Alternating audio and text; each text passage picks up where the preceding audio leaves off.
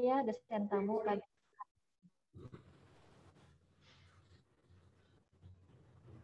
Oke, saya mulai teman-teman. Bismillahirrahmanirrahim. Yang terhormat Dr. Insinyur Nur Rahmawati MP selaku Koordinator Mata Kuliah Kewirausahaan. Yang kami hormati Dr. Insinyur Flora Budi Satyari MP selaku dosen pengampu mata kuliah KWU. Yang kami hormati Mas Latif Riansyah Usman Ali selaku dosen tamu mata kuliah KWU pada pagi hari ini. Assalamualaikum warahmatullahi wabarakatuh. Alhamdulillahirrahmanirrahim. Assalatu wassalamu ala asrofil anbiya wal mursalin wa ala alihi wa sahbihi ajma'in amma ba'du. Pertama-tama marilah kita panjatkan puji dan syukur kehadirat Allah Subhanahu wa taala karena berkat rahmat beliau kita bisa berkumpul secara online dengan keadaan sehat walafiat dalam acara mata kuliah KWU yaitu dosen tamu bersama Mas Latif Riansyah Usman Ali. Selawat serta salam tak lupa kita haturkan kepada junjungan kita Nabi Agung Muhammad Sallallahu Alaihi Wasallam karena beliaulah sang revolusioner sejati yang telah menyelamatkan kita dari zaman kejahiliahan menuju zaman terang benderang seperti saat ini. Sebelumnya perkenalkan nama saya Melania Istiratnawati, saya mahasiswa agribisnis angkatan 2018 selaku moderator dan menjadi koasisten di mata kuliah KWU pada pagi hari ini. Sebelum kita mulai acaranya, izinkan saya untuk membacakan susunan acara terlebih dahulu. Yang pertama pembukaan, yang kedua sambutan koordinator mata kuliah kewirausahaan, yang ketiga acara inti, yang keempat tanya jawab, dan yang terakhir adalah penutup. Memasuki acara yang pertama yaitu pembukaan, marilah kita buka acara pada pagi hari ini dengan bacaan basmalah bersama-sama. Bismillahirrahmanirrahim. Semoga ilmu dari Mas Latif nanti bisa tersampaikan baik oleh bersama teman-teman. Yang selanjutnya yaitu sambutan koordinator mata kuliah kewirausahaan yaitu Ibu Dr. Insinyur Nur Rahmawati MP. Untuk waktu dan tempat monggo Ibu, saya persilahkan. Terima kasih Mbak Mela atas waktu yang diberikan kepada saya. Sebelumnya, Assalamualaikum warahmatullahi wabarakatuh. Waalaikumsalam warahmatullahi wabarakatuh. Selamat datang, saya sampaikan kepada Mas Latif Riansyah ya. Tapi saya biasa memanggil Mas Ian ya. Ya kan Mas Ian? Gak apa-apa atau tak panggil Mas Ian? Buat namun apa Bu? Yeah. Jadi, ya saya biasa memanggil Mas Ian dan Mas Ian ini memang ini dosen tamu langganan saya karena ini bisa memotivasi teman-teman yang lain ya. Jadi saya sering karena sejak muda ya, sekarang juga masih muda ya, tapi sejak masih kuliah beliau ini sudah mempunyai atau mengembangkan usahanya sendiri dengan sepak terjangnya gitu ya, dengan harapan nanti Mas Ian ini bisa memotivasi teman-teman di angkatan 2020 ini. Jadi perlu saya sampaikan Mas Ian, saat ini teman-teman mahasiswa angkatan 2020 ini kebetulan mengambil mata kuliah kewirausahaan. Sekarang mereka ini semester 4 ya, semester 4. Ini nanti mereka akan belajar motivasi. Jadi salah satu tugas di dalam mata kuliah kewirausahaan ini adalah bagaimana memotivasi dirinya sendiri melalui dosen tamu ini. Jadi kemarin kita sudah motivasi, sudah kunjungan ke wirausaha, ada juga melihat video. Jadi ada yang dari satu sisi itu kan hanya melihat video, kalau kunjungan itu bisa melihat, kemudian bisa tanya jawab, kemudian bisa melihat kondisinya. Nah, kalau dengan Mas Ian ini kita hanya bisa melakukan tanya jawab saja ya, nanti apa sepak terjang yang dilakukan Mas Ian selama berwirausaha atau mengembangkan bisnisnya, mungkin mulai dari kecil sampai segede ini. Jadi beliau ini adalah owner dari Kiawe Food ya. Jadi nanti apa itu Kiawe Food silahkan nanti Mas Ian yang akan bercerita.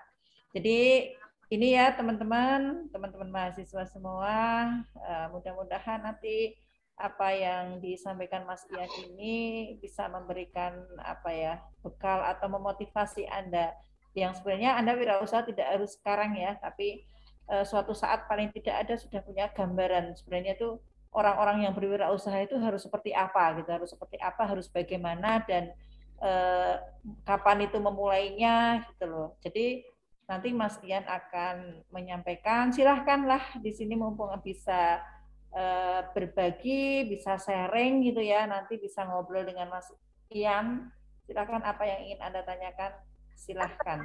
Jadi mereka punya tugas Mas Ian untuk menyampaikan resume yang apa yang disampaikan oleh Mas Ian, kemudian dia dari resume itu nanti teman-teman mahasiswa ini diharapkan apa sisi yang mana sih yang bisa memotivasi teman-teman untuk berwirausaha gitu.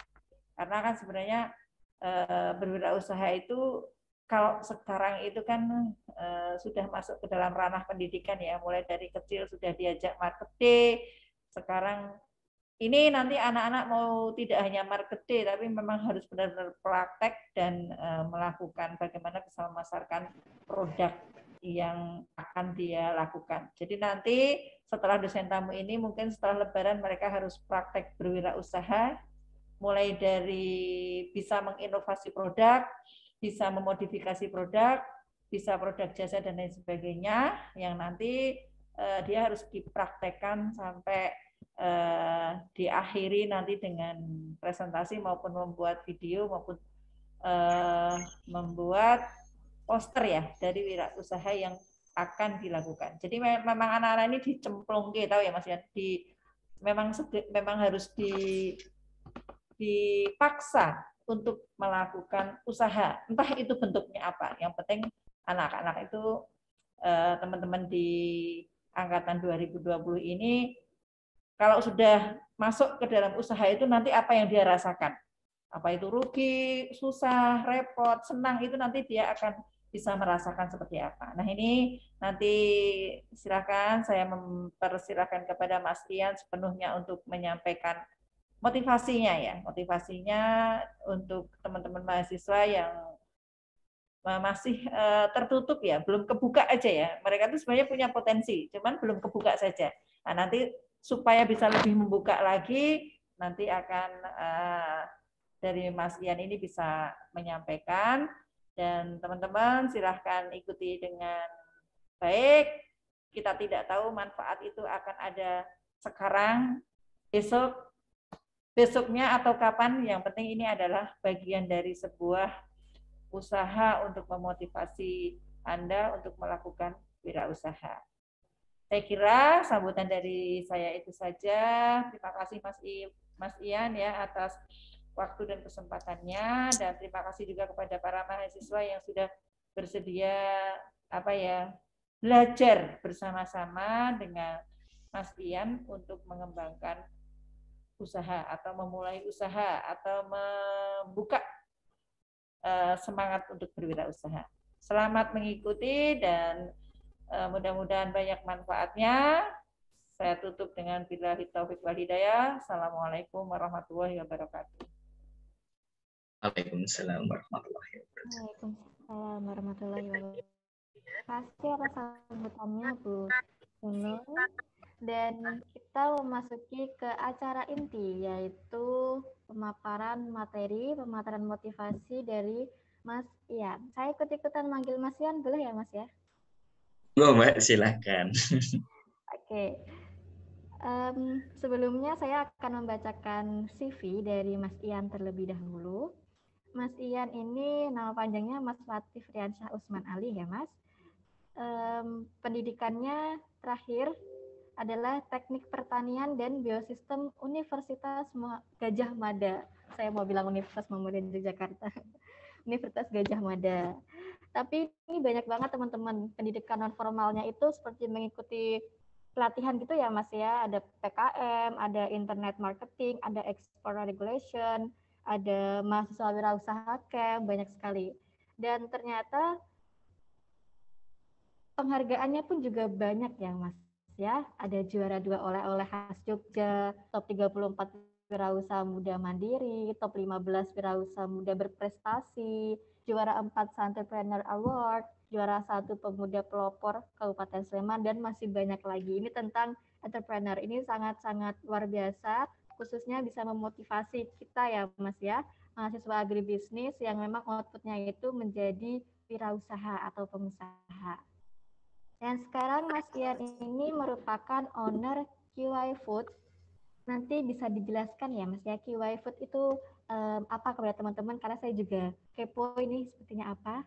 Selain itu juga pernah menjadi owner coklat Choco ID ya Mas ya, tahun 2014 sampai 2017. Oke, monggo buat Mas Ian langsung saja menyampaikan motivasi, menyampaikan pengalamannya berwirausaha dari kapan Mas? Dari kuliah ya Mas ya sampai sekarang ya Mas ya mungkin. Dari SMA kayaknya. Dari SMA. Nah ini buat teman-teman yang memang mau mencoba buka bisnis, buka usaha, wajib banget mendengarkan ya. Dan semuanya juga wajib mendengarkan dan jangan lupa untuk tugasnya dikerjakan. Monggo Mas Ian boleh untuk share screen ya Mas? Atau ada PPT kan Mas? Ada. Oke.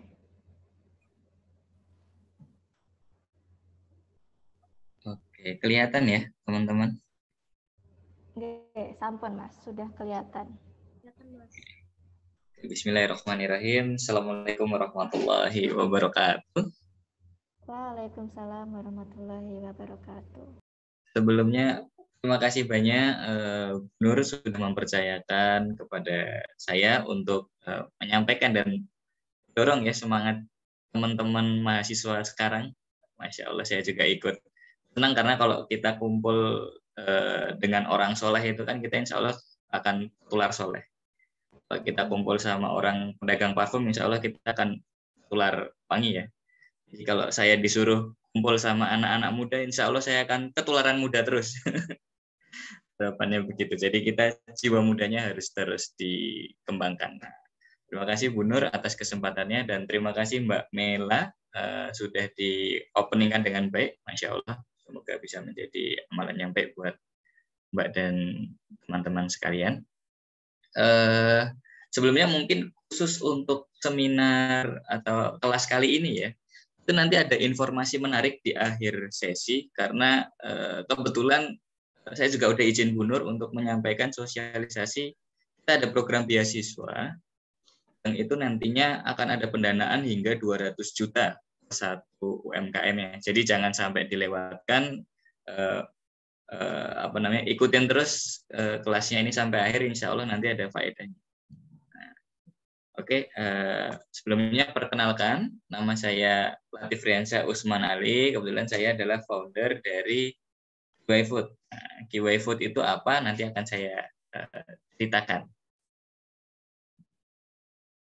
Nah, ini kurang lebih CV-nya saya. Saya itu lahirnya di Sleman, pendidikannya ada teknologi pertanian, tapi sekarang jualannya ayam goreng. QY Food itu ayam goreng lah, sertisernya kayak gitu. Ya, mungkin terlalu nyambung ya antara pertanian sama ayam ya. Tapi kan di situ kita juga jual nasi ya, kita sambung-sambungin aja. Gimana supaya bisa lebih efisien. Nah, kalau lebih kayak gitu. Oke. Moto hidup saya adalah yang pertama, jadikan lelah sebagai lilah.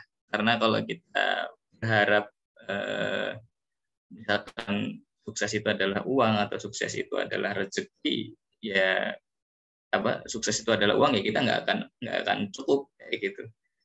Jadi kita ketika berwirausaha itu kan nggak selamanya akan mulus teman-teman, selamanya akan berjalan sesuai rencana.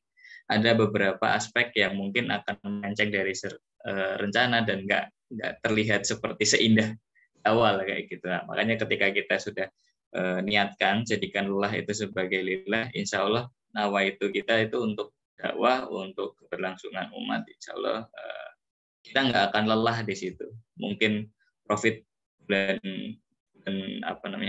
kala itu masih belum oke, tapi kita bisa menggaji karyawan sampai 22 orang, itu mungkin kita sudah ada kebanggaan tersendiri, ada rasa lega sendirinya kayak gitu. Jadi nggak semuanya tuh serta merta tentang uang kayak gitu. Nah, itu moto hidup kami. jadikan lelah sebagai lillah. Kalau untuk prinsip hidup yang pertama berkata jujur, karena saya tahu bagaimana rasanya dibohongi ya. Kita kalau misalkan mau dibohongi ya kita jangan sampai membohongi gitu ya. Kita menjaga amanah karena kita tahu rasanya dikhianati, jadi jangan sampai kita menjadi pengkhianat dan itu tidak baik juga. Terus berupaya berbuat baik karena saya tahu pasti Allah Subhanahu wa taala yang yang akan memberikan balasan. Jadi kita selalu apapun itu, mau kita lagi kerja, mau kita lagi kuliah, mau kita lagi membantu orang tua, kita jangan pernah berharap kepada makhluk ya, tapi kita berharap itu kepada Allah Subhanahu wa taala. Jadi kita kayak kerja pun ada nilai ibadah. Prinsipnya seperti itu. Mungkin sedikit informasi perjalanan saya ya, kenapa saya memilih untuk wirausaha. Jadi sebenarnya waktu lulus SMP itu orang tua tuh divorce, kemudian mau mulai masuk ke SMA itu kita nggak ada rumah, bahkan sampai sekarang kita masih belum ada rumah dan kita tinggal masih numpang-numpang kayak gitu. Kemudian udah mulai berpikir ketika SMA itu harus mulai berkontribusi untuk keuangan keluarga. Nah disitulah awal mula kenapa saya harus dan memilih untuk mulai wirausaha. Perjalanannya adalah dari tahun 2013, 2014 itu ketika lulus SMA. Itu pertama kita kumpulin modal dulu. Jadi kita, kenapa saya bilangnya kita, kayak saya nggak sendirian, jadi ada partner juga. Waktu itu ngumpulin modal, kita cari cara lah, gimana pun itu caranya. Waktu itu ngelamar kerja masih belum diterima, akhirnya kita sempat kita mulung sampah itu sempat. Jadi kayak waktu itu yang kita tahu apa yang kita lakukan apa, kita belum ada pengalaman kerja, belum pernah, yang kita tahu ya ngumpulin sampah, kita cuma ngambilin sampah, kita setor, isi tuduh gitu ya, dan dapat uang kayak gitu. Nah dari situ dan kita kumpulkan sedikit demi sedikit, kumpul 500.000 kalau nggak salah. Waktu itu kita coba untuk jualan minuman coklat. Tahun 2014 itu kita ngelihat marketnya kayaknya minuman cukup oke itu waktu itu. Nah di situ kita coba ngerintis dan alhamdulillah karena Allah yang memudahkan ya, tahun 2015 sampai 2016 kita bisa growth ya. Jadi kayak kita bahkan bisa mengikuti pameran Sayel International Food. Jadi itu pameran internasional pertama kami, dan dengar sih kata waktunya itu ini tuh di umur 19 tahun. Jadi anak umur 19 tahun background-nya bukan dari siapa-siapa, sempat mulung juga dan bisa ikut pameran sekelas internasional, dan mulai dari situ itulah turning point-nya kami kala itu bisa supply di beberapa hotel, kemudian kita supply ke restoran, kemudian kita bisa dulu sempat produk kami namanya Wedang Coklat. ID itu brand perusahaannya, namanya Wedang Coklat. Itu kita sempat ada di Indomaret Jogja. Dan alhamdulillah kita sempat ekspor juga sampai ke 5 negara.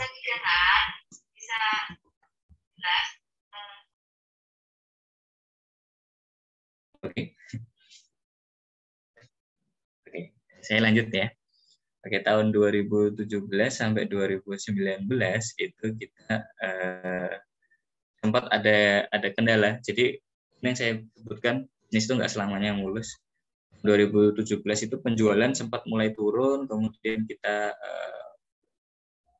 kita coba mikirlah untuk gimana caranya biar usahanya ini bisa sustain lah, atau kita minimal jangan letakkan semua telur kita itu di satu keranjang gitu. Ketika udah mulai ada tanda-tanda ini kayaknya trennya mulai turun nih, atau ekosistemnya mulai nggak oke, nggak well, kita coba untuk bikin usaha baru. Dan tahun 2018 itu kita mulai bikin giveaway sendiri. Itu kita running juga nggak langsung yang kita bikin outlet ya, pertamanya dari event to event, kemudian kita buka food court, baru setelah itu kita buka outlet pertama kita. Nah ini kurang lebih tahun 2019 kita sempat buka, habis itu kita pindah outlet 2019 di Agro. Waktu 2018 ke 2019 itu penjualan cukup meningkat, hasil kita butuh parkiran yang lebih luas ya. Waktu itu kita pindah ke Agro, cuman karena waktu itu mungkin ilmuannya kami masih kurang, jadi ketika pindah tempat itu justru penjualannya nggak ikut rame juga gitu. Nah, di situ agak mulai ngedrop penjualannya waktu di Agro. Akhirnya kita pivot dulu, kita jualannya sate. Waktu itu kita jualannya sate, cuman dulu kita nggak pakai ini, bisnis itu masih asumsi teman-teman. Jadi kayak cuman pakai kira-kira aja kayak gitu. Nah dari situ sempat dikasih tahu mentor, Mas, kamu kalau misalkan bisnis itu jangan cuma sekedar asumsi ya, coba pakai data. Akhirnya waktu itu kita ambil data, kita cari data, kita riset, kita wawancara beberapa customer, kita ambil data di Google, ambil data di Facebook, dan di beberapa platform kayak kita. Akhirnya kita aktif data dan kita create menu baru, itu kita bikin ayam.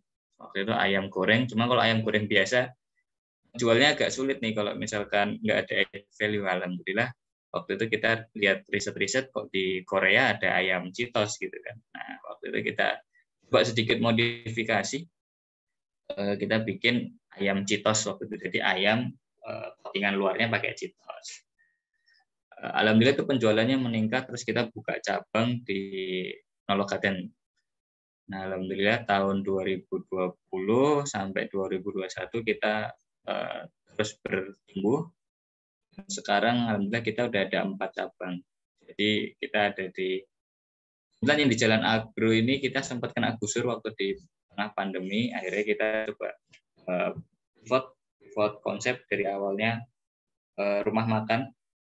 Itu untuk yang Jalan Agro kita ganti konsepnya lebih ke cloud kitchen.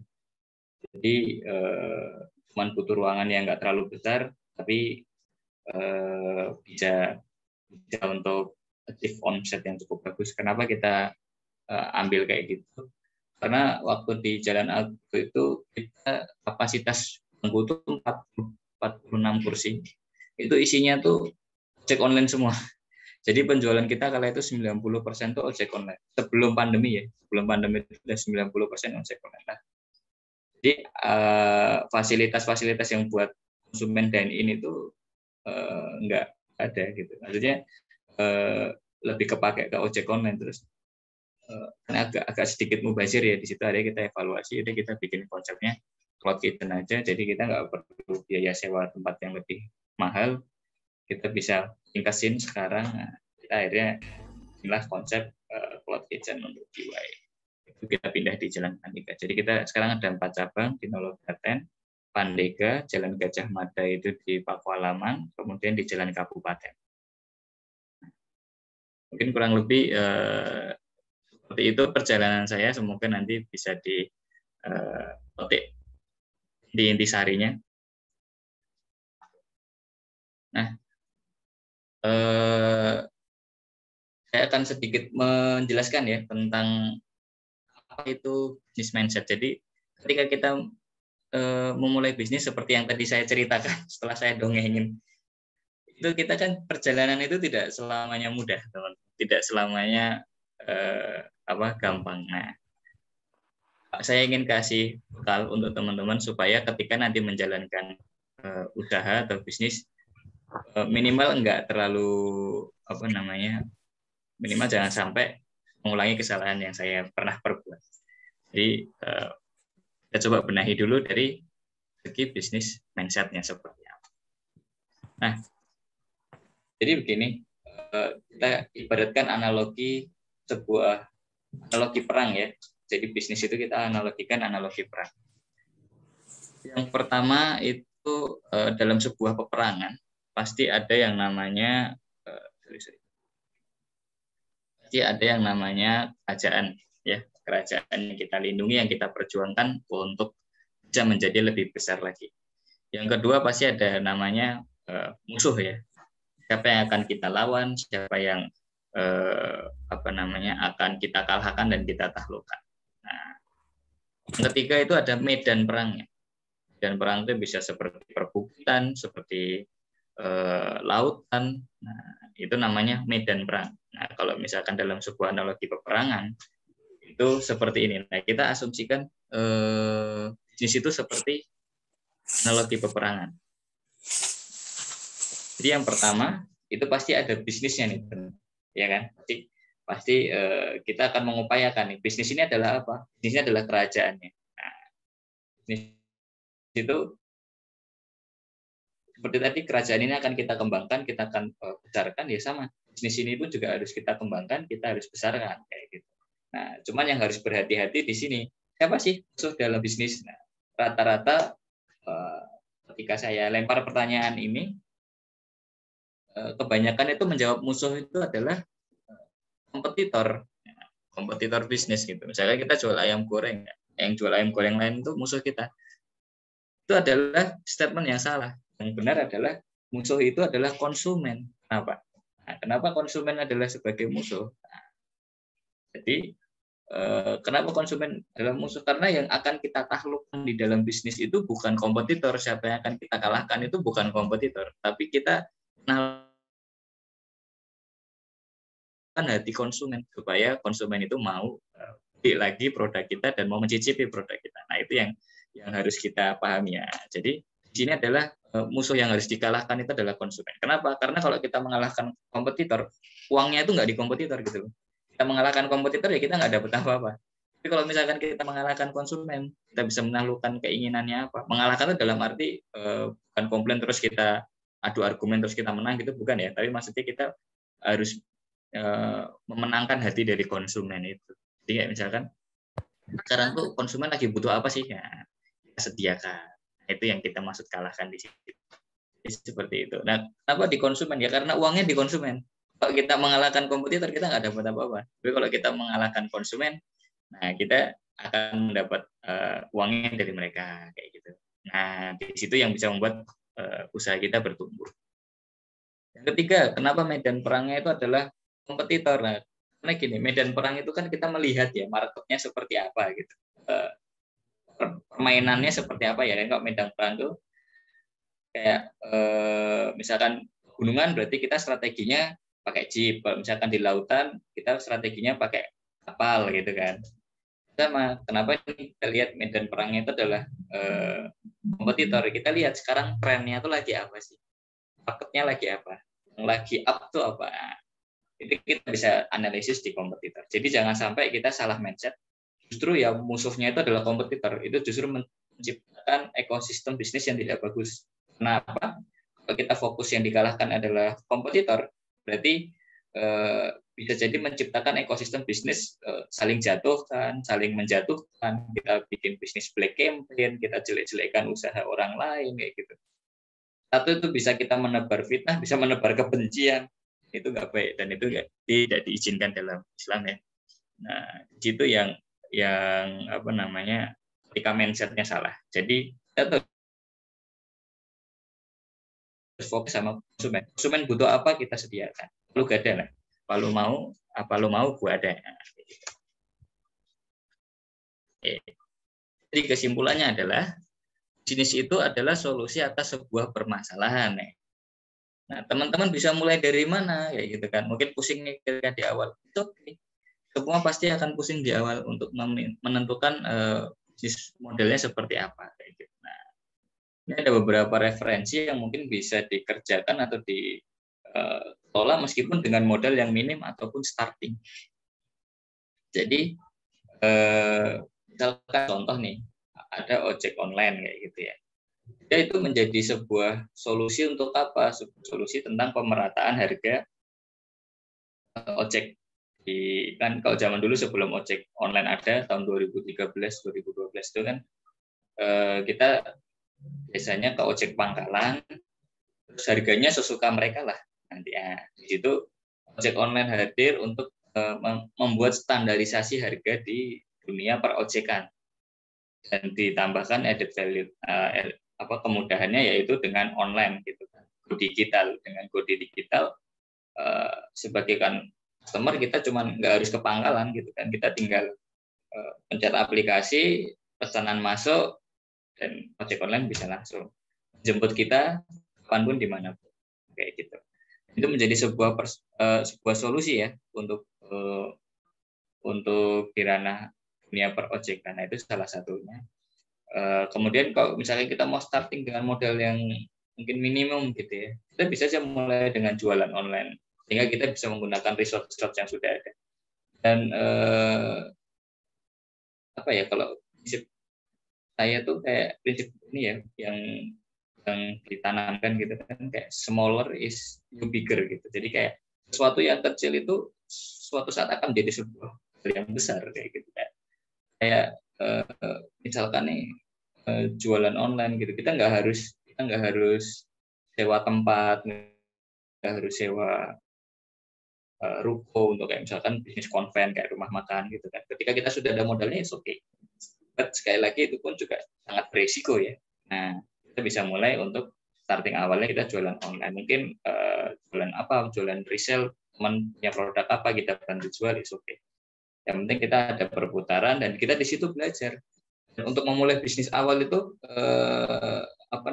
mindsetnya jangan ini bisnis langsung untung, enggak. Bisnis itu awalnya pasti gagal, pasti ada ruginya gitu. Resikonya untung. Nah, kayak gitu. Jadi kita ngelihat bisnis itu resikonya untung. Nah, kalau misalkan kita awalnya lagi nggak untung gitu kan, kita jangan ngedrop gitu. Karena itu sudah dilalui semua orang. Pasti seperti itu gitu. Nah, gitu ya. Jadi yang penting kita mulai aja dulu, nothing tulus. Yang penting kita belajar dan niatkan bisnis pertama, kedua itu sebagai tempat belajar ya. Jadi belajar itu nggak cuma hanya sekedar di di sekolahan aja, tapi juga bisnis maupun dunia kerja pun kita belajar gitu. Nah, jadi kita nawa itunya langsung untuk profit, karena kalau misalkan nggak profit itu pasti pusing. Di awal itu 1/10 mungkin ya, atau 1/100 yang bisa langsung profit, itu pun gambling sekali. Oke. Yang kedua, model bisnis apa? Cloud kitchen nih lagi naik nih. Kayak misalkan sekarang kita memanfaatkan aja ekosistem yang sudah ada. Ojek online itu kan lagi bakar duit, lagi oke ya. Dan di situ kita bisa manfaatkan itu. Jadi kita misalkan punya rumah nih, punya rumah orang tua gitu kan, kita bisa manfaatkan terasnya, kita kita minta izin ke bapak ibu, kayak bapak ibu enggak saya pakai terasnya untuk jualan mungkin apa, cubit atau jualan apa yang mudah ya. Di situ kan nanti teman-teman belajar, oh ternyata model bisnis itu seperti ini. Nah, nanti akan menemukan kendala-kendala, kita akan coba cari solusi-solusinya. Dan seperti itu. Nah, kurang lebih yang penting bisnis mulai aja.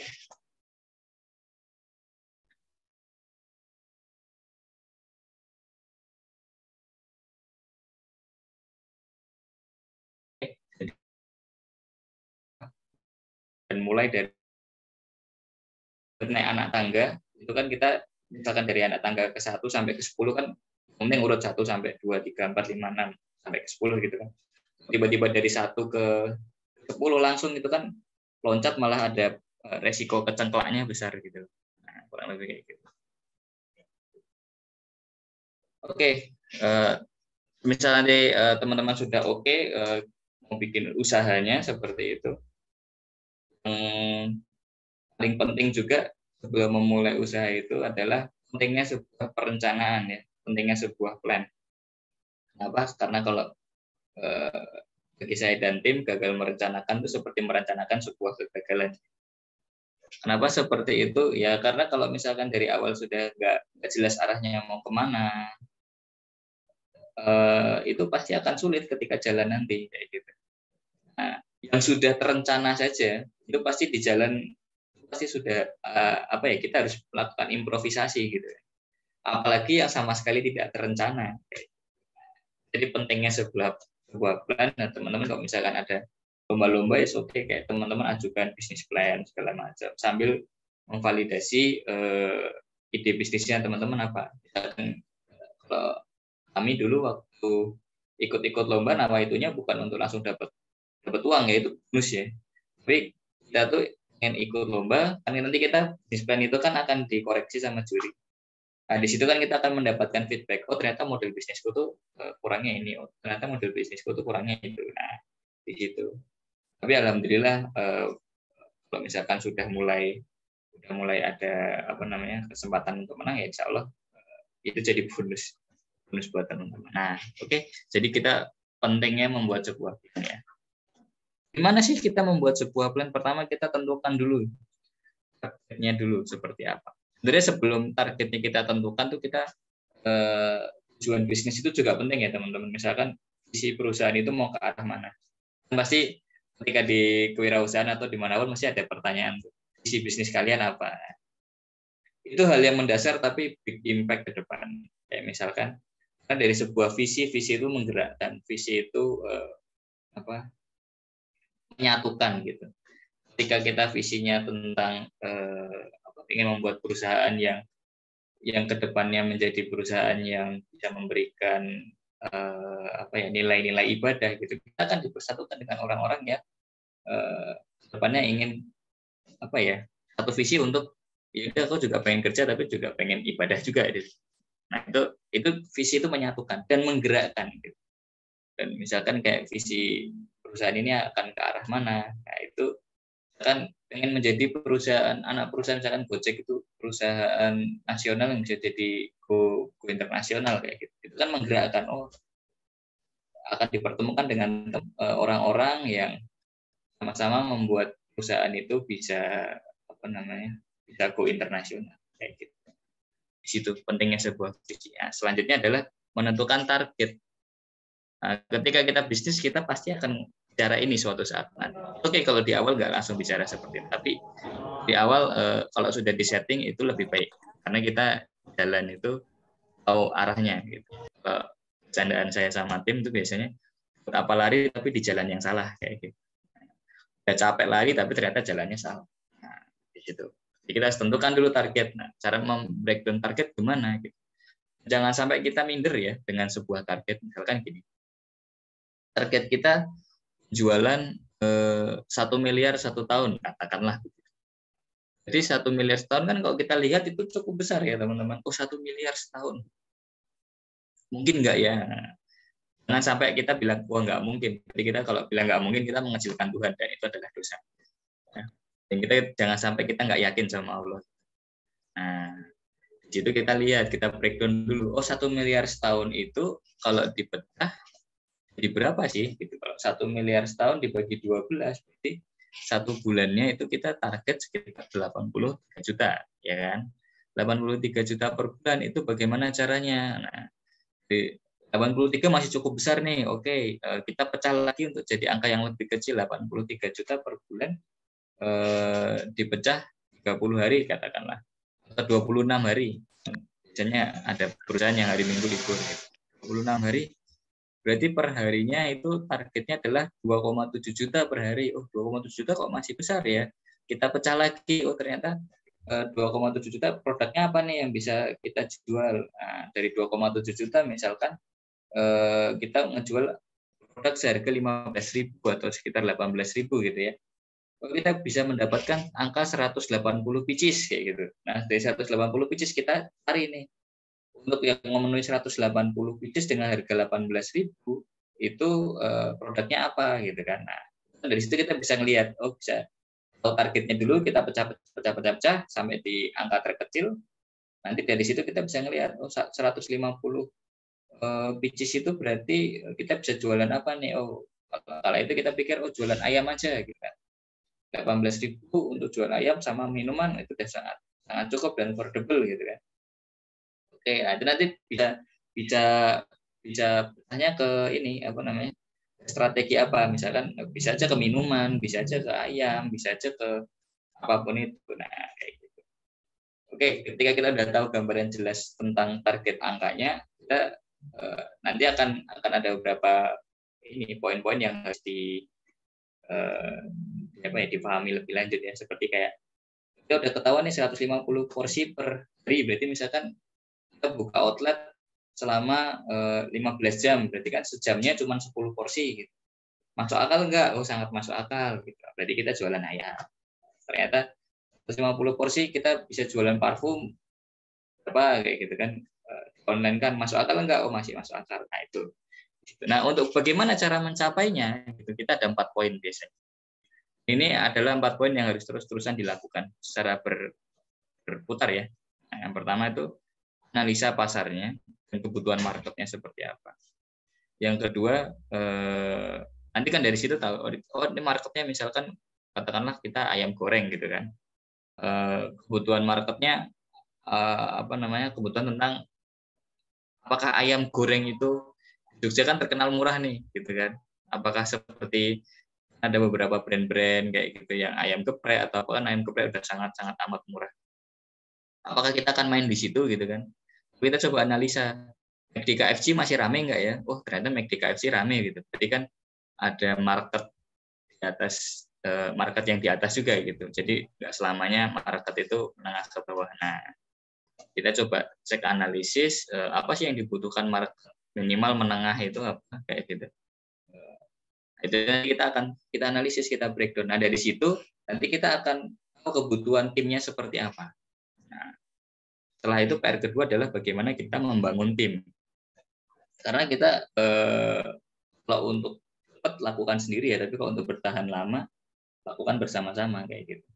Kalau misalkan bisnis dipikir sendiri, mungkin di awal oke, dan problem gitu teman-teman, mulai aja dulu sendiri. Tapi nanti ketika jalan pasti akan teman-teman butuh support lagi. Nah mungkin kalau di awal sudah ada support itu lebih oke lagi. Jadi di satu orang tuh fokus sama satu divisi dan expert gitu nantinya. Misalkan ibarat kita kerjasama selama 3 tahun ke depan, kamu pegang finance ya setelah 3 tahun saya akan jadi expert di finance gitu. Misalkan aku pegang marketing, ya saya akan setelah 3 tahun akan expert di marketing. Nggak harus kita pintar semuanya karena biasanya kalau pengen semuanya dipelajarin malah nggak kepegang semuanya gitu loh. Maksudnya kita jadinya generalis bukan spesialis. Gitu. Nah di situ perlunya kita membangun sebuah. Jadi nanti bisa dilihat kita butuh orang apa aja sih. Nah, gitu. Kemudian nanti akan setelah udah ketemu polanya ini kita butuh timnya apa aja. Selanjutnya kita akan ketemu nih strateginya. Nah, strateginya adalah bisa membuka kedai atau jualan online kayak gitu. Misalkan membuka kedai itu ketika kita punya finansial yang cukup kuat atau kita mungkin nyuwun sewu anaknya orang punya kayak gitu, kita bisa bikin nggak apa-apa dan itu misalkan orang bilang itu privilege, oke gitu loh. Nah, emang ada privilege-nya. Kalau kami kan waktu itu emang mulai dari nol, dari mulung. Terus kalau Monkey Way sendiri kita juga bentuk event nggak langsung ya karena kita step by step dulu. Itu oke. Nah keuntungannya adalah ketika kita memang memiliki networking dan privilege seperti itu, kita manfaatkan karena itu bisa menjadi percepatan. Menurutku kalau misalkan nggak dimanfaatkan agak cukup eman sih dan is oke sih nggak apa-apa. Dari situ kalau misalkan kita punya privilege yang oke ya, atau misalkan kita nggak punya pun kita bisa pecah strateginya mungkin jualan online yang notabene modelnya nggak terlalu besar dan bisa dilakukan secara berkala kayak gitu. Nah, setelah sudah mulai dieksekusi, dijalankan, poin nomor 4 ini yang paling penting. Lakukan evaluasi secara berkala. Nanti setelah dilakukan evaluasi akan balik lagi ke poin nomor 1, kemudian apakah marketnya sudah benar atau belum, nanti dievaluasi lagi. Kemudian nomor 2, apakah nya sudah oke atau belum, nanti apakah perlu rombak lagi atau perlu penyesuaian lagi. Nah, nanti balik lagi ke strategi selanjutnya, apakah ini perlu misalkan sebelumnya jualan online, apakah kita perlu ekspansi bikin kedai atau kita ekspansi bikin usaha baru. Nah, itu nanti akan terus seperti itu ya teman. Kita akan di kayak sebuah circle lah. Nah itu pentingnya sebuah plan ya teman-teman. Jadi jangan sampai kita jalan tapi kita nggak tahu arahnya mau kemana. Kayak gitu. Itu oke. Oke, mungkin dari saya ini cukup. Mungkin saya akan sedikit memberikan pemaparan program tentang program ini apa namanya beasiswanya ya teman-teman nanti itu di ending aja nanti setelah BNE biar nanti teman-teman nggak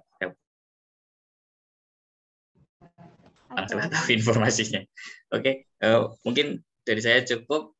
Bila ada salah-salah kata, saya mohon maaf yang sedalam-dalamnya. Semoga jika ada ilmu yang bermanfaat, semoga bisa diamalkan ya. Dan sebaik-baiknya ilmu adalah ilmu yang diamalkan. Saya doakan teman-teman di sini semua bisa sukses dunia maupun di akhirat. Semoga lancar semuanya, semoga dimudahkan, lancar di perkuliahannya, bisa mau bikin bisnis, insya Allah bisa jadi calon-calon miliarder baru. Oke, terima kasih. Amin amin ya rabbal alamin. Assalamualaikum warahmatullahi wabarakatuh. Waalaikumsalam warahmatullahi wabarakatuh. Terima kasih Mas Ian atas pemaparan motivasi dan pengalamannya selama ini. Sekarang sesi Q&A, bisa teman-teman dari kelas A, B, C, D, E untuk bertanya. Bisa raise hand dulu atau langsung menghidupkan mikrofonnya. Ada teman-teman yang mau bertanya? Harus ada dong. Nanti ada tambahan nilai ya Bu ya, buat yang bertanya ya Bu. Tuh, ada tambahan nilai itu. Ayo mungkin ditanya lagi, gimana sih caranya yang memulai, terus gimana sih kalau kita nggak punya modal, gimana sih kalau kita benar-benar tidak ada basic bisnisnya. Mungkin teman-teman bisa mengeluarkan unek-unek yang kemarin teman-teman sudah pelajari ya di motivasi-motivasi sebelumnya. Ayo, nggak ada yang bertanya kah? Saya panggil loh. Mau bertanya, Mbak? Ya? Oh, ya. Mau bertanya, Mbak. Ada yang mau bertanya dari Syifa. Oh, ya? Dulu username-nya belum diganti. Perkenalkan, nama saya Syifa Zahra dari kelas E Agribisnis NIM 275. Dari kelas mana, Dek, tadi? Dari kelas E, Mbak. Oh, kelas E. Oke, silahkan untuk bertanya langsung kepada Mas Latif. Untuk Bang Latif mau bertanya, kalau misalkan untuk usaha itu kan kita pasti mendapatkan laba kan ya. Nah, dari modal itu kita akan mendapatkan laba atau keuntungan dari produk yang kita jual. Nah, pasti kita itu ada di momen ketika kita butuh dana darurat. Nah, dari Bang Latif sendiri berdasarkan pengalaman empirisnya, bagaimana cara membedakan laba dan keuntungan untuk memulai investasi atau bisnis untuk modal yang akan digunakan dalam usahanya dan pembagian laba itu untuk dana darurat. Kayak gitu aja sih, terima kasih. Oke, terima kasih Syifa dari kelas E. Perlu saya ulangi tidak Mas Latif atau sudah paham dengan pertanyaan Mas? Insya Allah udah paham bagaimana, maksudnya ketika kita mahasiswa ya Mbak ya. Terima kasih sebelumnya Mbak Syifa atas pertanyaannya. Jadi yang ditanyakan adalah bagaimana kita mengelola uang ya, maksudnya apakah itu ketika nanti digunakan untuk dana darurat atau memisahkan laba perusahaan, seperti itu ya. Jadi ini sebenarnya sedikit teknis, jadi kayak pentingnya anak akuntansi juga, misalkan di dalam organisasi, kan kita nanti bisa melihat kalau di neraca, arus kas, kemudian dari laporan laba rugi ya.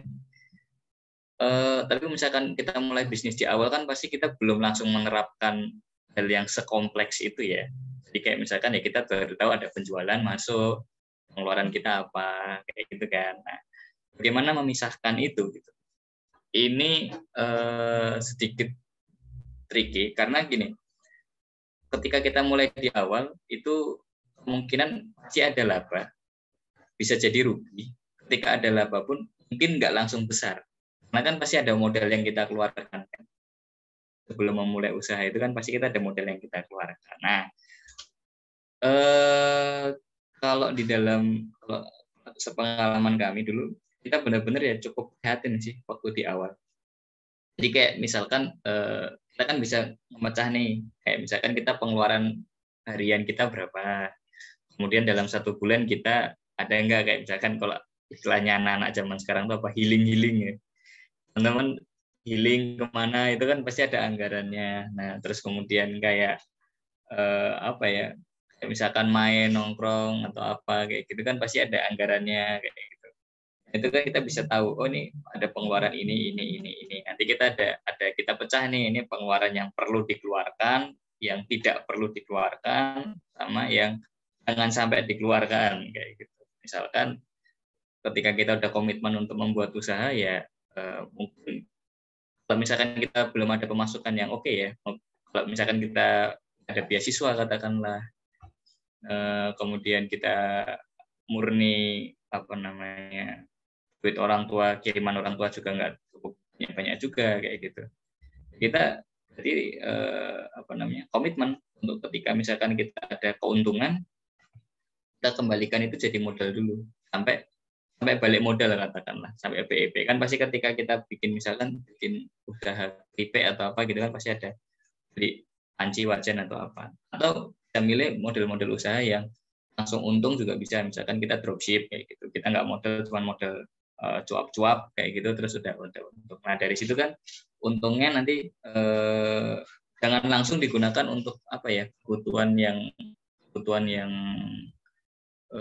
ibaratnya kebutuhan yang sangat mendesak, apa namanya, kebutuhan yang nggak penting lah. Maksudnya kayak misalkan main, makan biasanya di luar, kita coba untuk masak di rumah kayak gitu, masak di kosan gitu kan, itu kan bisa diefisiensikan kayak gitu. Nah di situ yang apa namanya emosional finansial itu sangat dimainkan ya teman. Nah itu kenapa ada pengusaha yang memang sukses, ada yang enggak kayak gitu. Nah disitulah yang membentuk di situ. Nah, jadi teman-teman harus tahu prioritasnya di mana. Kemudian ketika memang sudah niat untuk bisnis ya harus dipahami ketika di awal mungkin kita harus berpayat-payat dahulu. Tapi itu enggak selamanya kok. Insya Allah pasti ada momen kita memetik ibarat buah itu kan kita kasih apa namanya, kita tanam, kita kasih air, kita kasih pupuk. Pasti ada momennya kita akan memetik. Kalau teknisnya mungkin bisa searching di internet, kalau misalkan nggak harus kayak ini investasi kemana, ini itu kan ada kan kayak misalkan kebutuhan harian itu maksimal 50% dari income. Ini banyak ya referensi, kalau yang saya tahu kayak gitu. 50% dari income itu kebutuhan harian ya, kayak misalkan buat makan, kosan, buat lain-lain itu 50% dari income. Kemudian kebutuhan investasi itu kalau nggak salah kurang lebih sekitar 20% kayak gitu. Nah nanti untuk 30% lainnya saya lupa. Mungkin untuk pengembangan bisnis atau apa kayak gitu. Di situ bisa dimainkan. Tapi kalau di awal mungkin lebih baik investasi ke usaha sendiri dulu. Jadi kita perbaiki. Misalkan nih, usahanya sebelumnya cuma pakai WhatsApp, kita coba bikinkan website kayak gitu. Jadi kayak sebelumnya Instagram aja, ketika sudah oke, kita coba bikin website. Atau duitnya itu kita bisa misalkan ada kelas-kelas internet yang berbayar atau kelas-kelas apa, kita bisa investasikan itu. Jadi investasinya tuh kalau misalkan teman-teman masih di umur 19 sampai 20-an lah, sampai kita masih kepala dua ya, itu lebih baik investasi leher ke atas sih. Jadi lebih baik investasinya ilmu, pengalaman, dan experience. Itu sih kalau menurut saya. Mungkin kayak gitu. Oke, terima kasih. Terima kasih Mas Latif. Gimana Mbak Syifa, ada tanggapan, feedback, atau mau bertanya lagi? Sudah Mbak Mila, terima kasih banyak Bang Latif, Mbak Mila. Oke, sama-sama. Jadi Sama-sama, buat pelajaran ya, untuk besok membuka usaha seperti apa. Oke, ada yang mau bertanya lagi teman-teman? Izin bertanya Mbak. Oke, silakan Aldi, perkenalkan ya, NIM dan kelas. Baik, sebelumnya Assalamualaikum warahmatullahi wabarakatuh. Perkenalkan, saya Aldi Kurniawan dari kelas Agri Bisnis C, NIM 158. Nah, saya di sini mau bertanya ke Mas Latif. Dan tadi Mas Latif tuh mulai berbisnis atau usaha itu dari masa kuliah. Nah, saya mau tanya, gimana cara kita konsisten terhadap usaha kita sewaktu kita kuliah? Gitu, Mas. Jadi, cara kita konsisten ke usaha kita tuh gimana gitu? Mungkin itu aja, Mas. Terima kasih. Terima kasih Mas Aldi. Kayaknya ini udah ada usaha ya Mas ya. Jadi tapi mungkin terdistract dengan tugas dan lain sebagainya jadi agak buyar. Nah, monggo nanti dijelaskan gimana nih Mas konsisten. Oke, baik, makasih. Makasih banyak Mas Aldi, ini membuat saya ingat masa lalu ya. Ketika masih membagi fokus sama kuliah. Jelas gini sih, kalau misalkan pertama ketika kita memulai usaha ketika kuliah, mungkin kita bisa memilih model bisnisnya dulu pertama. Jadi kalau misalkan dulu waktu di awal-awal kan kita juga mainnya lebih ke online, kita nggak langsung pakai nggak langsung buka outlet, nggak pakai kedai kayak gitu. Kenapa? Karena kalau misalkan buka warung di awal-awal itu kan pasti kita butuh effort dan kita harus jagain warung setiap hari, kita harus tahu kemana kondisinya kayak gitu kan. Nah itu mungkin kita bisa ambil model-model bisnis yang saya kira bisa disambi kayak gitu. Jadi ketika nanti tugas kuliah banyak pun itu masih bisa disambi. Dan yang poin kedua adalah kita harus mulai untuk membangun tim. Karena kalau misalkan udah seperti itu ketika sudah ada tim itu kan nanti yang bekerja nggak cuma kita sendiri tapi ada tim gitu. Jadi nggak terlalu pusing dan nggak terlalu banyak jobnya di situ. Tapi memang nanti kita bagi-bagi kuenya ya istilahnya. Kita bagi-bagi kuenya ya sesuaikan dan nggak apa-apa. Maksudnya nggak harus yang kalau aku sih biasanya mikirnya gini. Misalkan aku kelola ini sendiri tapi potensinya cuma 10 juta. Mending aku kelola bareng-bareng tapi per orang bisa kena 100 juta gitu. Jadi kayak itu sih pentingnya membangun tim ketika di awal. Nah yang kedua ya itu itunya. Jadi ketika kita punya mobil purpose-nya ya, kita punya alasan apa sih kenapa kita harus bisnis gitu? Kenapa saya dulu nggak berhenti bisnisnya gitu kan? Ya, soalnya kalau saya nggak bisnis nggak makan besok. Sesimpel itu. Jadi saya itu lebih modelnya pengusaha itu ada dua, ada yang create by design dan create by accident gitu kan.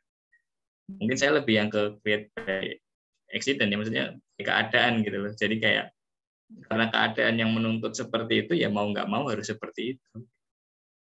Nah, mungkin kalau keluar dari zona nyaman ya, kayak gitu. Itu sih yang yang membuat kita mungkin ya mau nggak mau ya harus usaha nih harus lanjut. Gua waktu itu juga sudah ada karyawan, kalau misalkan usahanya diberhentiin karyawan waktu itu juga butuh masukan. Tega apa sih kita untuk memberhentikan itu gitu kan? Ketika itu sudah menjadi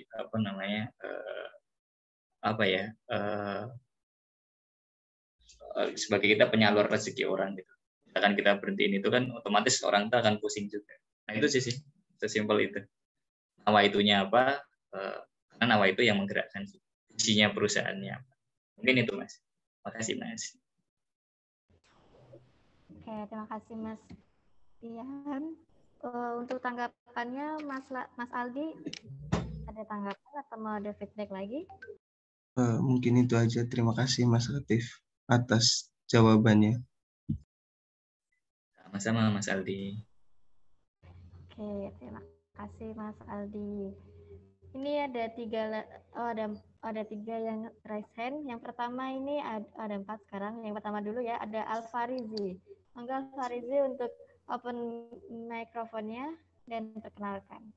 Ya Mbak, ya sebelumnya Mbak, perkenalkan nama saya Muhammad Tegar Alfarisi dengan nomor mahasiswa 9 dari kelas Agribisnis A. Nah ini saya kan melihat di usahanya Mas Latif ini udah terdapat banyak sekali cabangnya ya Mas ya. Nah, aku mau nanyain Mas, ini dari Mas sendiri terkait untuk manajemen SDM-nya itu seperti apa ya gitu Mas? Kok dengan cara seperti apa bisa mampu untuk membuka outlet-outlet yang lainnya gitu? Nah, mungkin itu dulu Mas.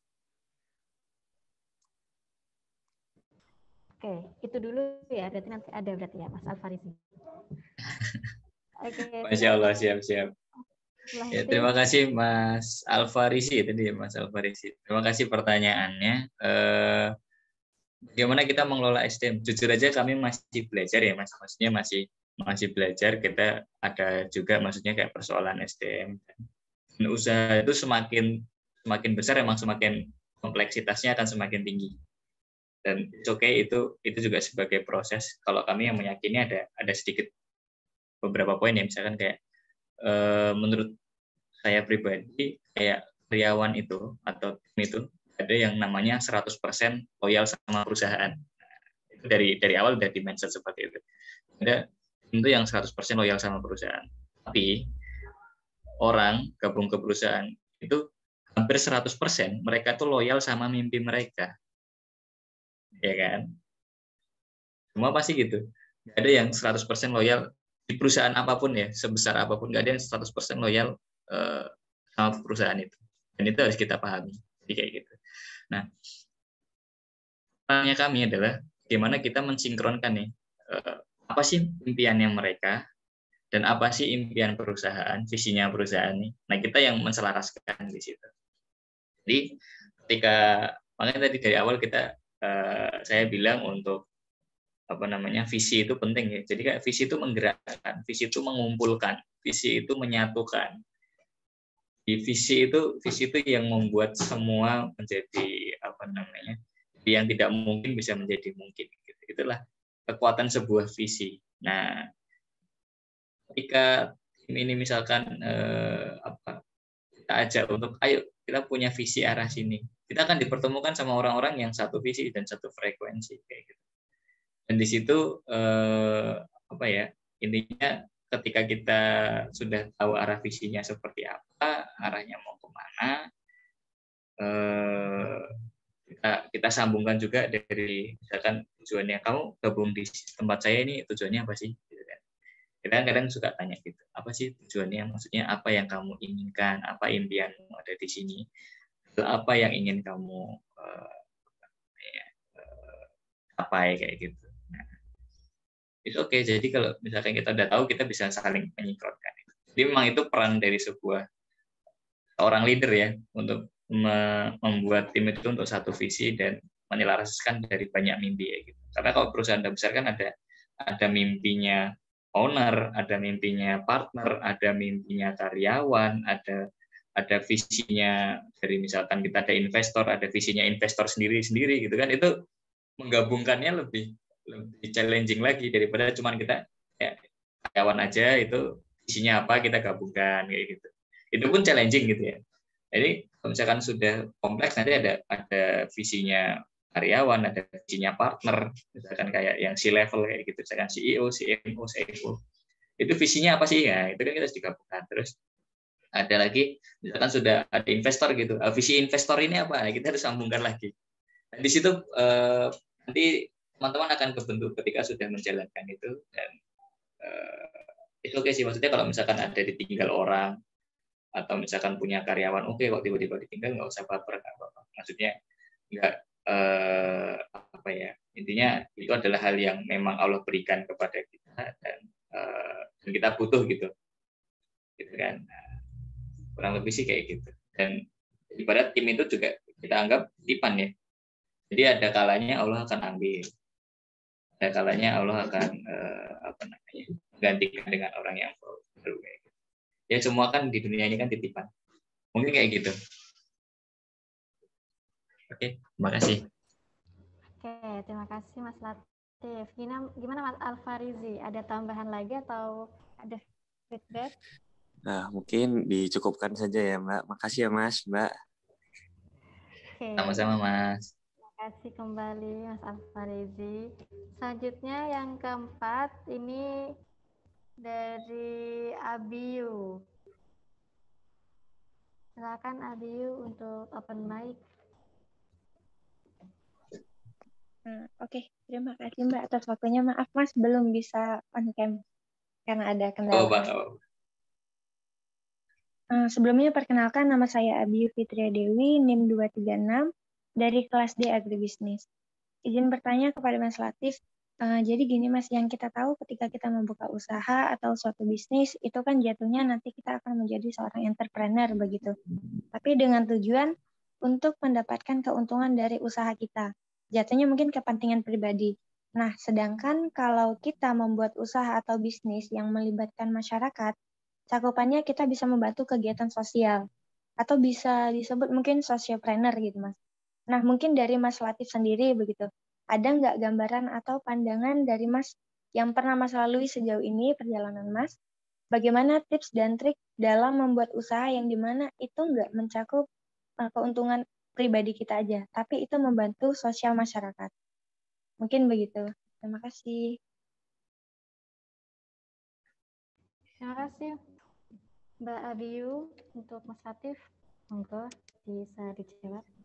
Masya Allah, luar biasa pertanyaannya. Bagaimana kita membuat bisnis yang tidak hanya untuk kepentingan pribadi ya. Ketika kita udah mulai jalankan bisnis ya, kalau ketika di awal mungkin ya karena emang kebutuhan untuk hidup, gantung ya tiap orang mungkin backgroundnya beda-beda. Kalau saya dulu kan karena kebutuhan hidup, jadi memang awalnya agak kayak untuk pribadi dulu. Tapi setelah jalan kan pasti kita akan mulai ngerasa kayak kita udah punya karyawan nih, kita udah punya supplier nih, udah banyak nih yang bergantung sama kita nih, ya kan? Udah mulai kerasa tuh kayak gitu. Nah di situ mungkin sudah ada waktunya itu kan ketika empati kita udah mulai tergetarkan ya, ketika kita sudah punya tim, kita sudah punya supplier yang semua itu bergantung sama kita, otomatis mau nggak mau pasti akan berimpact. Usaha itu semakin besar, insya Allah pasti impact, meskipun tidak di framing sociopreneur ya. Semua usaha itu pasti memiliki impact. Gitu. Nah, untuk mencapai itu bagaimana ya, kita harus terus upayakan itu untuk bisa memberikan social impact. Tapi jangan sampai salah mindset juga, kita bikin usaha yang berimpact sosial tapi tidak profit. Karena jujur aja, sociopreneur it's not easy. Itu nggak mudah sama sekali. Sociopreneur itu kita harus memikirkan banyak orang, kita mengesampingkan ego kita pribadi, dan kita harus ada impact sosial di dalamnya. Tapi kita harus terus bertahan nih, gitu.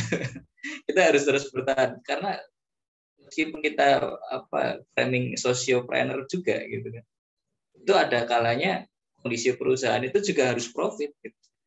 Kalau misalkan perusahaan nggak profit ya buat apa dilanjutkan gitu kan, buang-buang waktu gitu kan. Karena kalau misalkan perusahaan nggak profit, endingnya apa yang berdampak, mungkin gaji karyawannya nggak bisa besar, mungkin bayar suppliernya terlalu dinego, mungkin itu kalau perusahaannya nggak sehat mungkin bisa kayak gitu ya. Kita pun juga sempat mengalami gitu. Jadi endingnya perusahaan itu tetap harus profit ya, maksudnya perusahaan tetap harus profit, cuman memang ketika kita sudah ada nawa itu untuk impact sosial, lakukan aja. Karena ini mungkin keyakinan aja ya, maksudnya kalau misalkan kita nawa itunya baik, uang itu kan titipan, Allah itu menitipkan uang kepada kita kan. Kalau misalkan uang itu kan bukan milik kita gitu, tapi Allah titipkan gitu. Ketika kita misalkan melakukan untuk hal-hal yang baik, insya Allah itu akan dititipkan banyak gitu. Jadi kan kita adalah sebagai perantara ya. Kalau saya berdoa gini, ya Allah titipkanlah uang karyawan saya yang banyak kepada saya gitu kan. Jadi kita akan salurkan juga gitu. Kita akan salurkan dalam bentuk gaji, dalam bentuk bonus, dalam bentuk insentif, dalam bentuk game atau dalam bentuk apapun itulah. Nah, itu jadi memang kita nawaitunya untuk yang hal-hal yang baik ya. Semoga nanti juga dilancarkan dan dimudahkan. Insya Allah seperti itu, dan usaha harus profit. Oke gitu Mbak, terima kasih. Oke, terima kasih Mas Latif. Selanjutnya, gimana Kak Abiyu, ada feedback, tanggapan? Cukup, Mbak. Terima kasih Mas Latif atas jawabannya. Sama-sama Mbak. Oke, sama-sama. Ini masih ada 4 pertanyaan lagi. Bu Nunung, mau dihabiskan atau?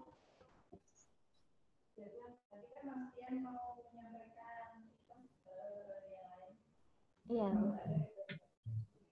Masih ada 4 yang bertanya, Bu, gimana? Iya.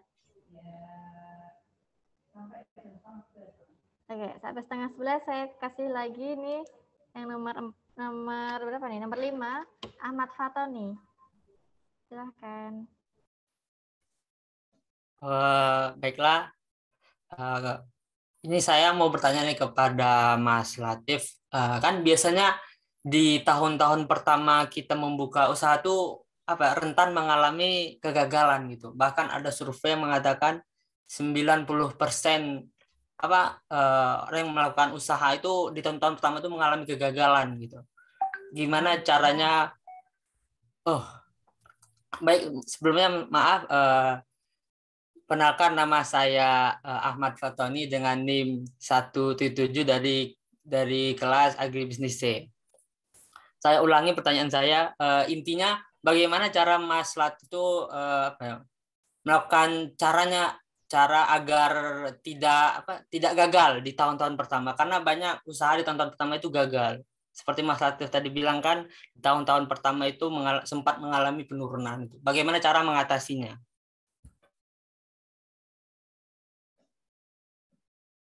Oke, terima kasih Mas Fatoni. Monggo Mas Latif. Oke, Masya Allah. Terima kasih pertanyaannya Mas Fatoni. Ya. Bagaimana orang di awal-awal usaha pasti gagal?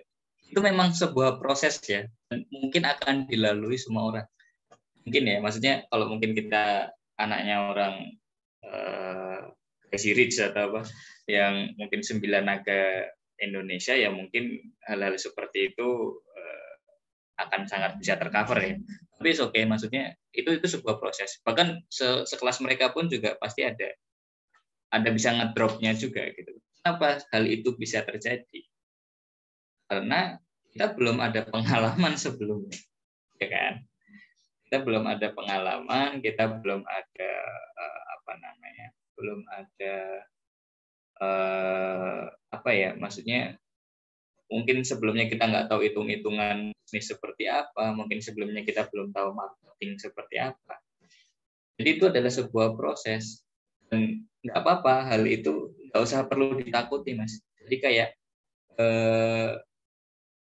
mungkin kegagalan atau apa itu hal yang sudah makanan wajibnya semua pengusaha kayak semua itu, tinggal nanti kan kita kuat-kuatan mental sama kita, yang penting yakin kan. Intinya kan ketika ada ujian lah ya kita sebutnya, ada ujian di usaha itu kan, pilihan kita kan tinggal 2, mau melanjutkan atau mau bertahan gitu. Kalau kita punya mimpi besar dan yakin sama usaha itu, lanjutkan aja.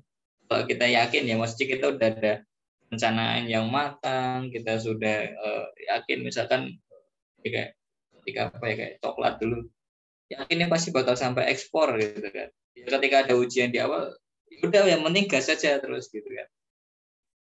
Gitu. Yang penting gas saja terus kita akan ini suatu saat akan besar. Kan pilihannya gitu. Ketika misalkan di awal sudah ada ujian atau ada persoalan, ketika kita yakin sama usaha ini dan kita yakin sama tim di dalamnya, dan misalkan nawaitunya pun juga insya Allah ini akan ngasih kebermanfaatan gitu kan, ya kita pasti akan melanjutkan gitu. Kalau kadang kita juga suka diskusi sama kita, kalau misalkan nih berhenti sekarang, siapa tahu usaha kita besar nanti, kita bisa ngasih makan 1 juta orang, kita bisa ngasih makan berjuta-juta orang lah katakanlah, atau mungkin itu kan sebuah hal yang sangat baik ya untuk diupayakan untuk itu terwujud gitu. Jadi satu dari sekian juta orang itu bisa jadi ya, maksudnya itu benar ekstrimnya nih ya, maksudnya hayalan ekstrim aja ya maksudnya. Jadi orang itu benar-benar udah sekarat, udah mau udah nggak tahu harus kemana lagi. Kalau kita bisa menjadi sebuah solusi buat mereka, kenapa nggak kita upayakan gitu? Kenapa nggak kita upayakan? Nah, di situ yang kami upayakan. Misalkan kayak di GWI sendiri kita di awal-awal emang jujur nggak mudah ya. Rumah makan itu kompleksitasnya cukup tinggi dan usaha padat karya. Jadi kita kayak harus terus-terusan berinovasi, kita harus terus-terusan dan agak banyak kita ya bisnis plus minus ya kayak gitu. Cuman kita mikir gimana supaya usaha ini bisa menjadi nilai ibadah bagi seluruh stakeholder di dalamnya. Stakeholder itu siapa aja ya, dari investor, dari pemilik, dari partner sampai ke karyawan. Kan jadi nilai ibadah gitu. Kita pengen bangun usaha ini untuk jadi amalan ke depannya. Jadi harapannya semoga ya, mohon doanya teman-teman, semoga nanti usaha ketika udah besar, insya Allah kita akan mewakafkan gitu. Mewakafkan mungkin sebagian sahamnya, atau kita akan menciptakan beberapa anak-anak perusahaan yang akan kita wakafkan untuk kepentingan umat nantinya. Kayak gitu. Itu yang menjadi semangatnya kami. Harapannya sih usaha ini bisa jadi ladang dakwahnya kami. Meskipun dari segi keilmuan agama masih sangat jauh, masih sangat masih perlu didalami lagi lah. Tapi saya coba untuk berdakwah dengan cara ya, ketika saya menjadi entrepreneur, menjadi istilahnya entrepreneur ya, pengusaha ya, istilah sederhananya sih ya pedagang ya. Itu bagaimana usaha ini bisa menjadi bisa menjadi nilai ibadah buat seluruh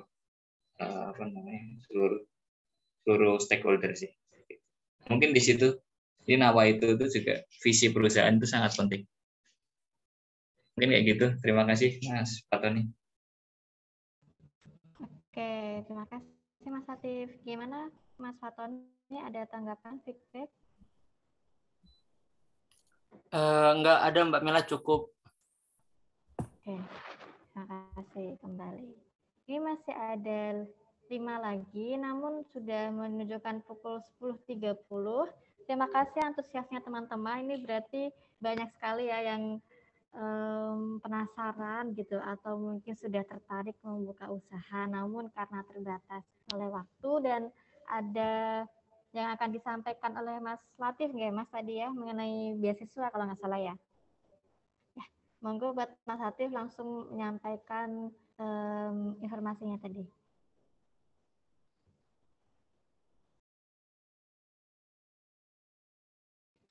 Untuk di unmute Mas. Maaf.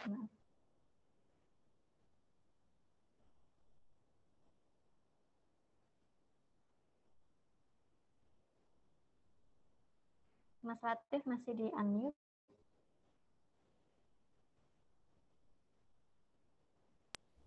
Oke, bismillahirrahmanirrahim. Oke. Maaf tadi ternyata masih ke unmute. Kelihatan nggak ya teman-teman? Kelihatan Mas. Kelihatan ya, oke, bismillah. Ini sebenarnya kelas yang cukup spesial karena kita ada informasi sedikit tentang kan teman-teman mau memulai usaha atau sudah ada usahanya, ada program beasiswa, dan kebetulan alhamdulillahnya itu di Jogja ada 3 universitas yang bisa join di sini. Jadi nggak semua universitas bisa. Salah satunya adalah UMY. Jadi yang di Jogja ini ada 3, ada UGM, UII, dan UMY. Kayak gitu. Alhamdulillahnya kebetulan sekali juga, jadi sekalian saya sampaikan. Kebetulan saya juga alumni dari program ini, teman-teman. Jadi di sini kita ada beasiswa namanya ISDP, Islamic Sociopreneur Developing Program. Itu kayak pendampingan bisnis, kayak pendanaan sampai ke arah pendanaan, dan nominalnya kalau nggak salah itu sampai tahun ini sampai 200 juta teman. Jadi semisal teman-teman ada usaha atau ada riset, coba aja dulu, coba untuk join, nggak apa. Insya Allah siapa tahu bisa menjadi sebuah ladang, apa namanya, kita membantu teman-teman lah untuk starting bisnis di awal. Itu. Apa sih itu SDP? Itu program beasiswa dan inkubator bisnis ya. Jadi khususnya adalah menyiapkan mahasiswa itu untuk jadi wirausaha muslim yang memiliki kemampuan wirausaha dan memiliki kepedulian sosial dan berdaya guna di masyarakat. Nah, kurang lebih kayak gitu. Nah, kalau gambarannya sendiri sih seperti apa, kita nanti ada fasilitasnya itu. Yang pertama kita dapat uang saku bulanan, itu 500.000 per bulan. Kemudian ada pembinaan bisnis, kemudian ada pendampingan bisnis juga. Jadi biasanya kan kalau ikut kelas-kelas bisnis ini kan bayar ya. Nah ini kita ada itu. Kalau misalkan nanti lolos seleksi, insya Allah semoga teman-teman lolos, saya doakan. Kemudian yang bagusnya di sini adalah kita ada wawasan keislaman ya. Jadi kita tuh karena gini, kalau sekedar bisnis dan bisnis aja tanpa diimbangi wawasan keislaman atau tanpa adanya keimanan yang kuat ya, itu dunia bisnis itu cukup, bukan menakut-nakuti ya, tapi memang cukup challenging lah ya, ibaratnya cukup menantang gitu. Jadi kalau misalkan kondisinya lagi kurang oke, kita nggak tahu, mungkin pas lagi misalkan kita ditipu orang gitu kan atau gimana kan, ketika kita memiliki kesadaran kesadaran keimanan yang kuat, kita mikir ya udah gitu loh, uang itu titipan. Misal Allah mau ngambil kapan aja, itu sudah haknya Allah kayak gitu kan. Nah, disitulah kita harus tahu nih kayak fondasi keislaman yang insya Allah itu justru menenangkan ketika kita menjalankan sebuah usaha. Dan yang paling menarik lagi di sini ada pemodalan hingga 200 juta atau angkatan saya nggak nyampe segitu, seperempatnya kayak.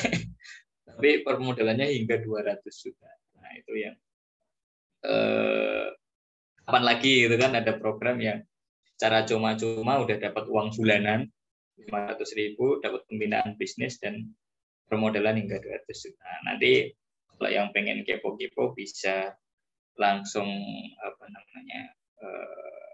daftar aja besok atau follow Instagramnya ISDP ya, Islamic Sociopreneur, itu tahun 2020.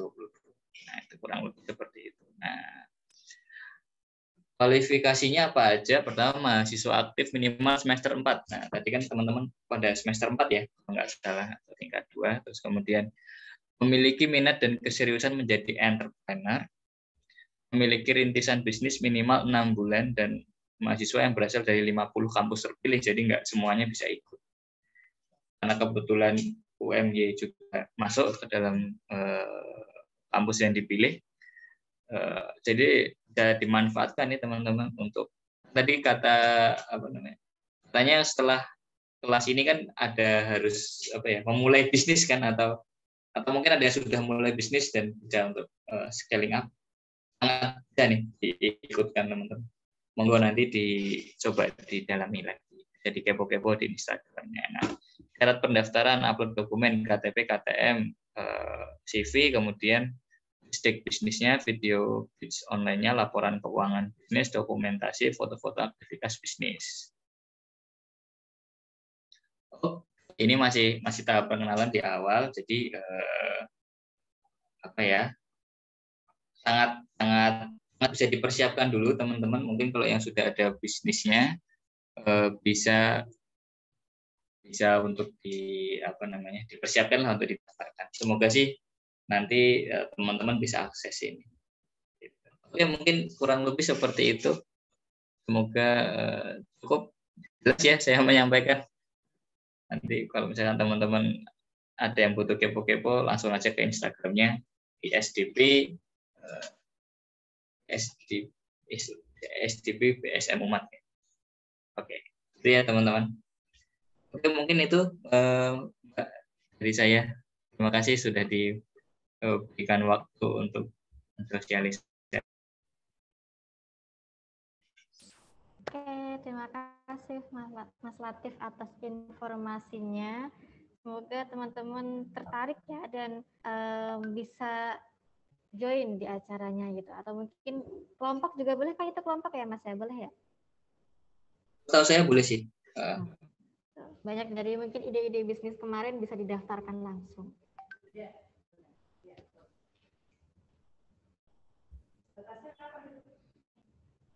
Batasnya kapan Mas tadi Mas? Ini masih belum ada informasi penutupannya kapan. Jadi ini masih belum sosialisasi awal. Oke. Ya nanti ini teman-teman biar dia kan habis ini kan sudah punya ide bisnis nah. Ini bisa di apa ya? Bisa di-apply-kan nanti di sini, siapa tahu ini bisa netes benar-benar gitu loh. Amin. Insyaallah. Siap, daftar aja teman-teman, semoga lolos. Ya ini peluang ya, karena tidak semua instansi, tidak semua institusi atau universitas itu menjadi bagian dari sini gitu ya. Hanya ada UGM, UII dan UNY. Sehingga kan peluangnya tuh kan sangat besar ya. Sehingga teman-teman silakan nanti kalau mau ada ide usaha yang bisa sesuai dengan yang ada di dalam tadi yang disampaikan Mas Ian, ini bisa di-apply aja. Ada webnya kan tadi ya? Ada. Silakan nanti dibuka di webnya ya teman-teman. Siapa tahu Anda beruntung ya, nggak tahu ya ternyata mau mulai sekarang gitu ya, nggak tahu. Ya. Terima kasih sekali ya Mas Ian sudah diberi ilmu.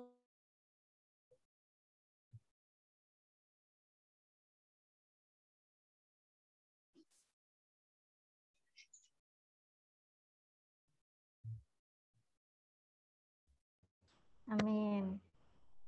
Ibu, ada yang mau disampaikan lagi?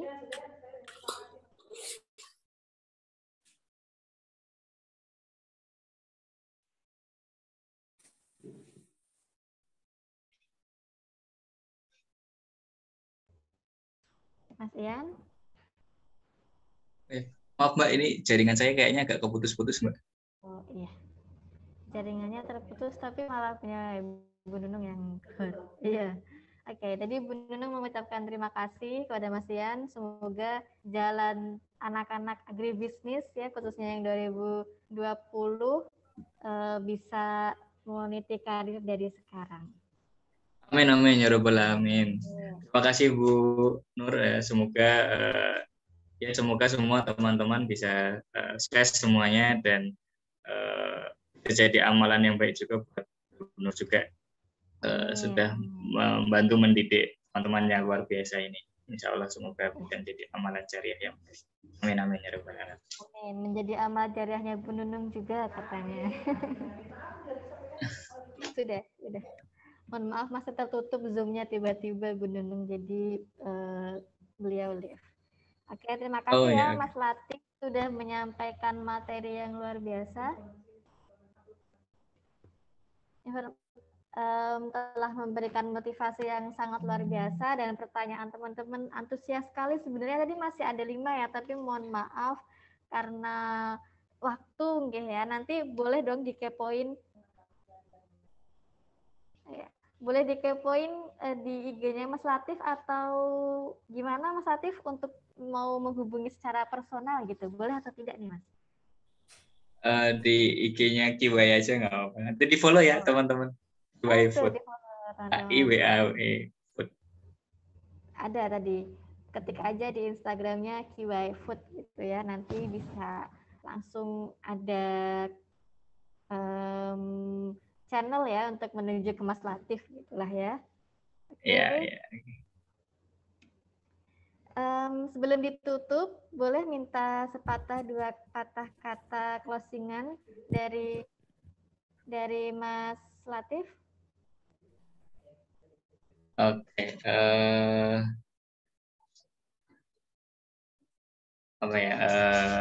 Ini teman-teman. Ya mungkin semangat terus teman-teman. Insya Allah apa yang kita tanam, itulah yang akan kita tuai. Kalau kita dari awal kita sudah menanam sebuah kebaikan, insya Allah kita akan memetik kebaikan juga.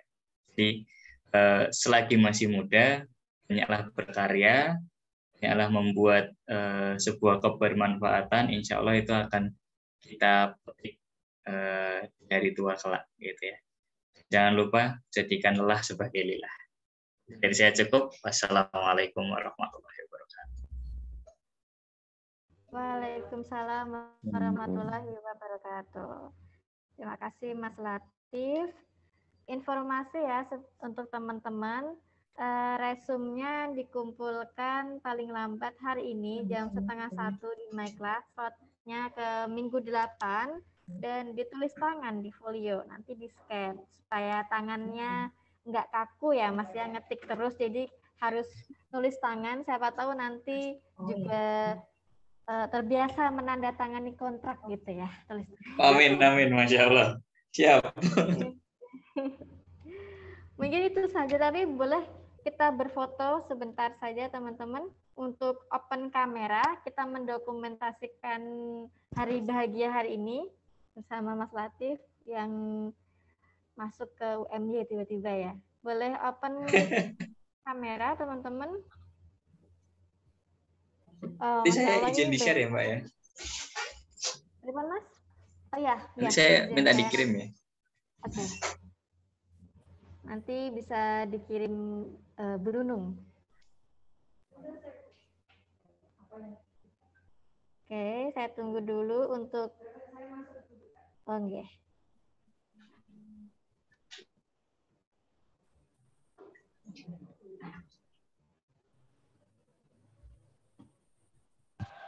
Oke, saya tunggu dulu. Nah, ini cowok-cowok semua ini, Mas. Saya sendiri yang cewek ini di slide 1 ini.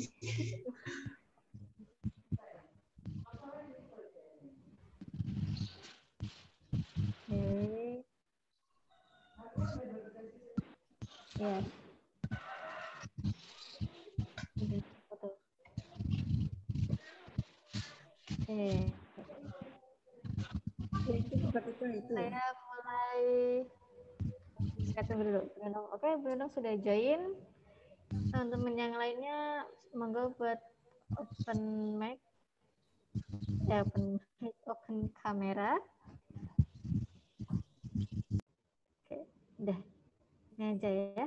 Bentar. Oke, Nur Habibah, Sahyani ini yang cewek-cewek nih.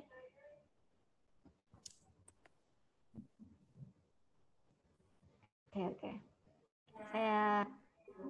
Saya screenshot di slide 1. Silahkan untuk bergaya, berekspresi kalian. Hitung ya. 1, 2, 3. Oke. Monggo untuk di slide 2 juga ada ternyata yang on kamera. 1. Ini slide 2 ada Yunus Abdan, monggo Abdan untuk senyum ya. 1, 2, 3. Oke. Maaf ini mungkin jaringan saya ya yang telat ya, jadinya agak. Slide 3 nggak ada, slide 4 nggak ada, 5, 6 dan seterusnya mungkin nggak ada. Sudah saja teman-teman. Nanti kita ambil dari rekordan Zoom saja. Terima kasih untuk Mas Latif yang sudah menyempatkan waktunya bertemu teman-teman UMY, sudah sharing-sharing pengalamannya, sudah memberikan motivasi. Saya yakin akan ada manfaat baik dari penyampaian Mas Latif kepada teman-teman mahasiswa UMY ya. Karena intinya kita memulai usaha itu dengan nawaitu, niat. Kalau kita niat puasa ya kita akan kuat, kalau kita niat berusaha ya kita akan konsisten, seperti itu Mas. Kalau kita udah yakin, kita akan bisa menyusun semua planning-planning untuk membuka usaha. Terima kasih Mas Latif sekali lagi, dan terima kasih teman-teman yang sudah join. Jangan lupa tugasnya dikumpul hari ini ya. Oke. Oke, mungkin itu saja dari saya. Ada salahnya saya mohon maaf. mungkin ditutup. Bila fisabilillah fastabiqul khairat. Wassalamualaikum warahmatullahi wabarakatuh. Waalaikumsalam warahmatullahi wabarakatuh. Terima kasih ya Mas Ian. Makasih Bu. Iya, Makasih sama-sama. banyak. Assalamualaikum. Waalaikumsalam Waalaikumsalam warahmatullahi wabarakatuh. Ilham, maaf tadi saya nobar di sini di kelas. Jadi pakai PC, kemudian mati, ini baru ganti laptop. Apa Bu? Aman. Terima kasih ya Mas Ian ya. Jangan Ya, kapok. sama-sama Bu. Aman. Makasih Bu. Makasih banyak. Izin live. Saya juga izin live ya. Assalamualaikum warahmatullahi wabarakatuh. Makasih ya teman-teman semua. Barakallah. Sukses selalu.